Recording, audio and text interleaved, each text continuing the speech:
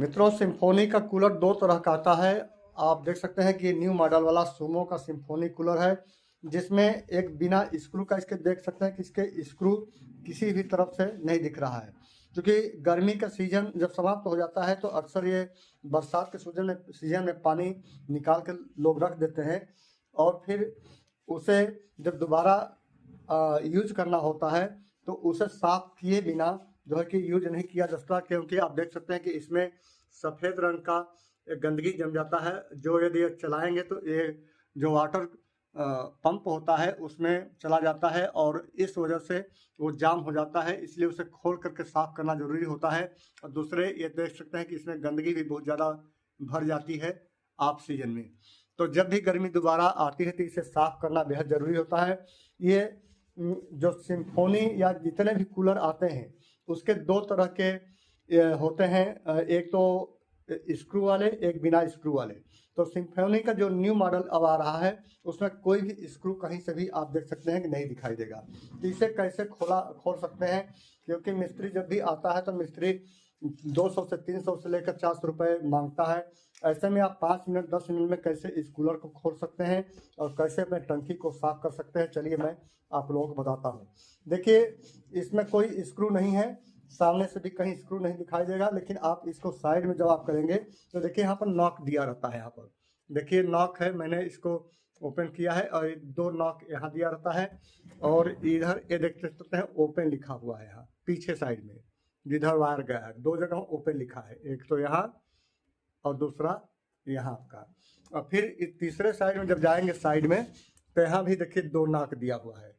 लेकिन पहले वाले कूलर में स्क्रू देता था, वो भी मैं आप लोगों को वीडियो पोस्ट कर दूंगा, स्क्रू वाला भी, उसे भी कैसे खोल सकते हैं। और दोनों कूलर मेरे पास है और दोनों को खोल करके मैं आप लोगों को बताऊंगा। तो चलिए मैं आप इसे को पहले मैं इसे ओपन करके देखता हूँ। मित्रों, ये साइड का है, आप देख सकते हैं कि ये आपका फ्रंट है और जैसे ही इसको साइड करेंगे तो देखिए यहाँ पर नॉक दिया हुआ है। तो इसको यहाँ पर इसको ऐसे बैठा रहता है, इसको ऐसे ऐसे रहेगा। तो इसमें थोड़ा सा ये वाला जो है इस पर अंगुली रखना है और इसमें पेचकस डालना है और इसको ये बाहर आपको निकालना है। ये नॉक को आप देख सकते हैं, ये जो नॉक दिया रहता है इसको आपको ये बाहर निकालना है। ये देख बाहर निकल गया आपका। इसी तरह का ये इस बॉडी से इसको बाहर निकालना है, उसी तरह से इसको भी आपको बाहर निकालना है। देखिए निकल गया आपका। और फिर यहाँ से जो ओपन दिया रहता है, ओपन पर भी इसको क्लिक छोड़ा देना है दोनों तरफ पेचकस करके। तो यदि इस साइड का आपको देखना है, ये दोनों नॉक बाहर आ गए हैं और इसको जो है कि ये आप देख सकते हैं ऐसे निकल गया। अब इसको थोड़ा सा इसको ऐसे दाब करके ऐसे बाहर निकालेंगे और इसको ऊपर की साइड में ऐसे खींच लेंगे। ये बहुत आसानी से बिना स्क्रू के ही आपका निकल जाता है।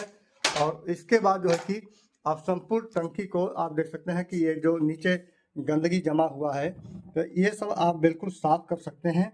और इसी तरह से यदि आप दूसरे तरफ से भी आप निकालना चाहें तो ये दूसरे तरफ से भी इसे आप लोग यहाँ ये जिससे बंद है तो इसे भी आप लोग निकाल सकते हैं, ताकि दोनों तरफ से आप इसे अच्छे से साफ कर सकें। यहाँ पर आपको पेचकस डालना है, स्क्रू ड्राइवर, और यहाँ से ये नॉक जो दिया रहता है, ये नॉक इसको जो है कि लॉक आपको ओपन करना होता है, इसको आपको बाहर निकालना होता है। ये दोनों नॉक जो दिए रहते हैं ये आपको किसी तरह से देखिए ये बाहर निकल गया। आप करेंगे इसको, चूँकि घास वगैरह लगा रहता है इसलिए फंसा होता है इसमें, ये देखिए निकल गया। तो इस तरह से ये कूलर का दोनों भाग आप ऐसे निकाल सकते हैं और दोनों आसानी से इसे देखिए गंदगी है वाटर जो पंप वगैरह है उसको भी साफ कर सकते हैं।